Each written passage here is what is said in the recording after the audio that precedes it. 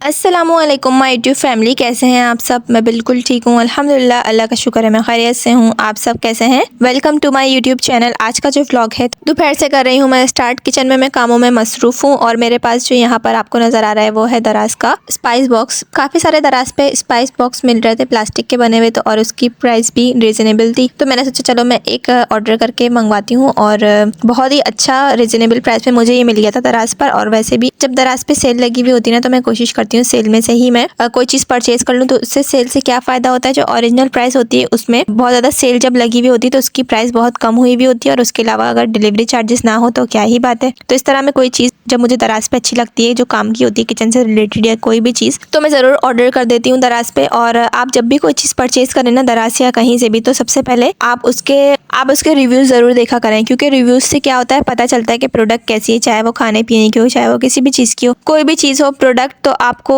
उससे पता चलेगा रिव्यूज़ से कि लोगों ने उसके बारे में क्या कहा हुआ है। तो उससे क्या होता है, बहुत ही आसानी हो जाती है परचेज़ करने में चीज़ें, और बिल्कुल भी इंसान को जो है वो धोखा नहीं होता कि भाई मंगवाया कुछ था और आ कुछ किया। तो इस वजह से आप लोग जब भी ऑनलाइन शॉपिंग करें, तो आप कहीं पे भी किसी भी चीज़ की, तो आप ज़रूर उसके रिव्यूज़ पढ़ लें, तो इससे आपको क्या होगा, फ़ायदा ही होगा। और उसके अलावा मैंने आज खाने में बनाई थी माश की दाल। जैसे कि मैंने आपको प्रीवियस वीडियो में बताया था कि मैं वीकली मील का लिख लेती हूँ शेड्यूल, कि मुझे ये दिन ये बनाना है, इस दिन ये बनाना है। तो इस वजह से आज का जो है लिखा हुआ था कि मुझे माश की दाल बनानी है, तो मैंने सोचा चलो मैं माश की दाल बना लेती हूँ। और अगर रात में अगर कोई गेस्ट आ गए तो फिर ये माश की दाल तो हम लोग दोपहर में सब खा लेंगे खाना। और रात में क्या करूँगी कि मैं बिरयानी या पुलाव वगैरह बना लूँगी, क्योंकि जब मेहमान आते हैं तो फिर कोई अलग से ही चीज़ बना लेते हैं, क्योंकि समझ नहीं आ रहा होता कि क्या बनाए। तो फिर शामी कबाब वगैरह मैं फ्राई कर लेती हूँ और फटाफट से मैं चिकन का पुलाव बना लेती हूँ, क्योंकि चिकन का पुलाव क्या होता है, बहुत जल्दी बन जाता है और बहुत आसानी से बन जाता है। और अगर इसके अलावा अगर गाय की गोश्त का अगर आप बनाए, तो फ़ौरन से आप उसको फ्रीज़र से निकाल के और आप उसको प्रेशर कुकर में आप कुक कर लें, तो इससे क्या होता है, बहुत ही आसानी हो जाती है और बहुत जल्दी गोश्त गल भी जाता है प्रेशर कुकर में। वैसे ज़्यादातर मैं क्या करती हूँ, कुकर के बगैर ही पका लेती हूँ। वैसे आपकी मर्ज़ी, कुकर में भी आप पका सकते हैं। इससे क्या होता है, बहुत जल्दी खाना बन जाता है, बिल्कुल भी परेशानी नहीं होती कि खाना जो है वो देर से बना है या गोश्त गल नहीं रहा। इस तरह का कोई भी प्रॉब्लम नहीं होती और बहुत ही जल्दी गोश्त गल जाता है।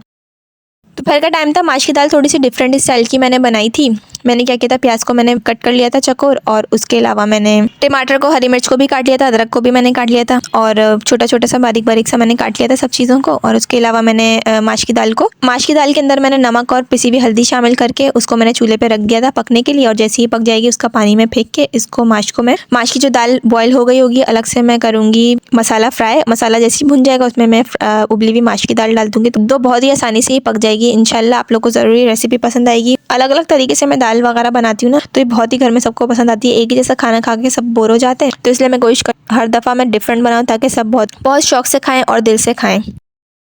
दराज से ना मैंने काफ़ी सारी चीज़ें ऑर्डर की हैं और हमेशा अल्हम्दुलिल्लाह मुझे कभी भी डिसअपॉइंटमेंट नहीं हुई। और इस डिसअपॉइंटमेंट मुझे कभी भी नहीं हुई, इसकी वजह ये है कि मैं क्या करती हूँ, हमेशा मैं रिव्यूज़ पढ़ती हूँ। पहले मैं रिव्यूज़ पढ़ती हूँ कि लोगों ने इसके बारे में क्या कहा है। अच्छा, कभी कभी ऐसा होता है कि प्रोडक्ट ना बहुत अच्छी भी लग रही होती है, लेकिन जब हम उसके रिव्यूज़ पढ़ते हैं ना, तो बिल्कुल भी अच्छे नहीं होते। तो इससे क्या होता है कि आपको आपके पैसे बच जाते हैं ज़ाया होने से। तो आप हमेशा कहीं भी से भी शॉपिंग करें ना, तो पहले आप उसको देख लें कि लोगों ने इसके बारे में क्या राय दी हुई है, कि हाँ ये प्रोडक्ट अच्छी है या नहीं। क्योंकि लोग जो परचेज करते हैं ना, तो उसके नीचे वो रिव्यू में डाल देते हैं कि क्या चीज़ सही है क्या चीज़ नहीं। तो इससे क्या होता है, बहुत हमें आसानी हो जाती है। जब भी मैं इस तरह की कोई भी चीज़ परचेज करती हूँ ना, तो मैं क्या करती हूँ कि रिव्यूज़ पढ़ लेती हूँ। अच्छा, अक्सर क्या होता है, मैं सईद गनी से भी चीज़ें ऑर्डर करवाती हूँ, वो भी मैं तभी करवाती हूँ कि जब सेल लगी हुई होती है। सेल में क्या होता है कि पैसे बहुत ही कम होते हैं और उसके अलावा फ्री शिपिंग भी होती है। अच्छा, सईद गनी पे ना अक्सर सेल लगी हुई होती है, जैसे independence day sale, Eid sale और इस तरह की काफ़ी सारी सेल लगी हुई होती है। तो इससे क्या होता है कि जब भी सेल होती है, तो उससे मैं बखूर वगैरह, और जैसे कि आपको पता है कि मैं फ्राइडे को बखूर बर्न करती हूँ। आप भी कर लिया करें, बखूर को जला लिया करें। आप चाहे तो कोयले का भी इस्तेमाल कर सकते हैं। वैसे मेरे पास ना बखूर का बर्नर है घर पे, जो कि मैंने लिया था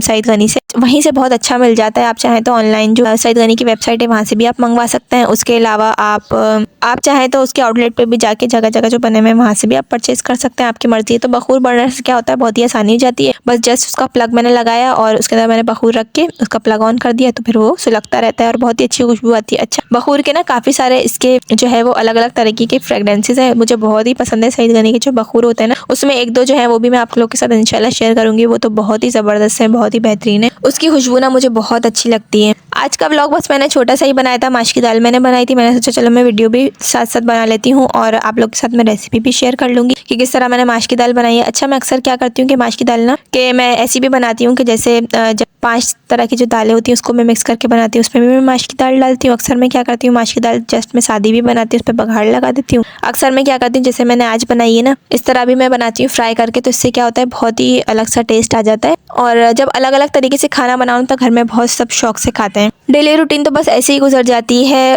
घर के कामों में ही मसरूफियत में गुजर जाती है। वक्त का बिल्कुल भी मुझे समझ नहीं आ रहा होता कि वक्त कहाँ जा रहा है, और रोज़ ही इस तरह जो है वो किचन में ही ज़्यादातर टाइम गुजर जाता है। और वीकेंड का इंतज़ार करते करते फिर जब वीकेंड आता है तो फिर हम कहीं जाते हैं बाहर घूमने के लिए। कभी कभी तो ऐसा होता है कि वीकेंड पे कहीं जाना ही नहीं होता है, घर पे ही रहते हैं। और इंशाल्लाह अब तो रमज़ान की आमद है, उसकी भी मुझे तैयारियां करनी है बिल्कुल। वैसे तो मैंने शुरू कर दी है काफ़ी क्लीनिंग वगैरह, उसका भी मैं व्लॉग आप लोग के साथ शेयर करूँगी इंशाल्लाह। क्लीनिंग वगैरह सब चीज़ें मैंने स्टार्ट कर दी हैं, क्योंकि रमज़ान बहुत ही बाबरकत और बहुत ही मुक़द्दस महीना है। इसका हम सबको ख्याल रखना चाहिए। अपने घर की सफाइयाँ सब चीज़ें, आप जितने भी काम हैं फ्रीज़र में बना के खाने रखने वाले, सब आप कोशिश करें रमज़ान के महीने से पहले ही, शाबान में आप सारे काम निपटा दें, ताकि आप ज़्यादा से ज़्यादा क्या करें, इबादत करें। और उसके अलावा हाउस वाइफ होती हैं जो मेरी तरह किचन में काम कर रही होती हैं, घर में सबका ख्याल रख रही होती हैं, उनको बहुत मुश्किल होता है टाइम निकालना अपने लिए। तो आप क्या किया करें, अपने सेल्फ केयर के लिए थोड़ा बहुत टाइम ज़रूर निकाला करें। अपने आप सेहत का भी ख्याल रखें, अपनी आप स्किन का भी ख्याल रखें, क्योंकि देखें हम जब भी कोई काम कर रहे होते हैं ना घर में, चाहे किचन में, ज़्यादातर हमारा काम तो किचन में ही मसरूफ़ होते हैं। हमारे जो काम होते हैं वो बिल्कुल भी ख़त्म ही नहीं हो रहे होते हैं, और एक के बाद एक हमारे हाथ में काम होते हैं। मगर क्या होता है कि हम लोग सारे काम कर रहे होते हैं, घर के सारे काम निपटाते हम लोग बिल्कुल भी अपने आप को टाइम नहीं दे पाते हैं, हम अपने आप को बिल्कुल भूल जाते हैं। तो ये बहुत ही ना गलत बात होती है। आप क्या करें, महीने में या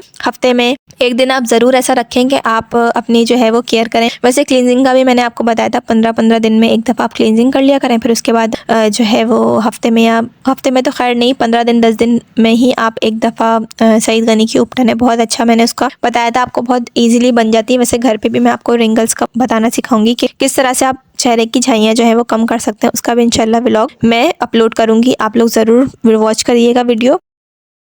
आज का व्लॉग कैसा लगा हो ज़रूर मुझे बताइएगा। आज का व्लॉग अगर आपको पसंद आया हो तो मेरी वीडियो को आप ज़रूर लाइक कीजिएगा। चैनल पर नए हैं तो चैनल को आप ज़रूर सब्सक्राइब कीजिएगा। मिलती हूँ मैं आपसे नेक्स्ट व्लॉग में, जब तक के लिए अल्लाह हाफिज़।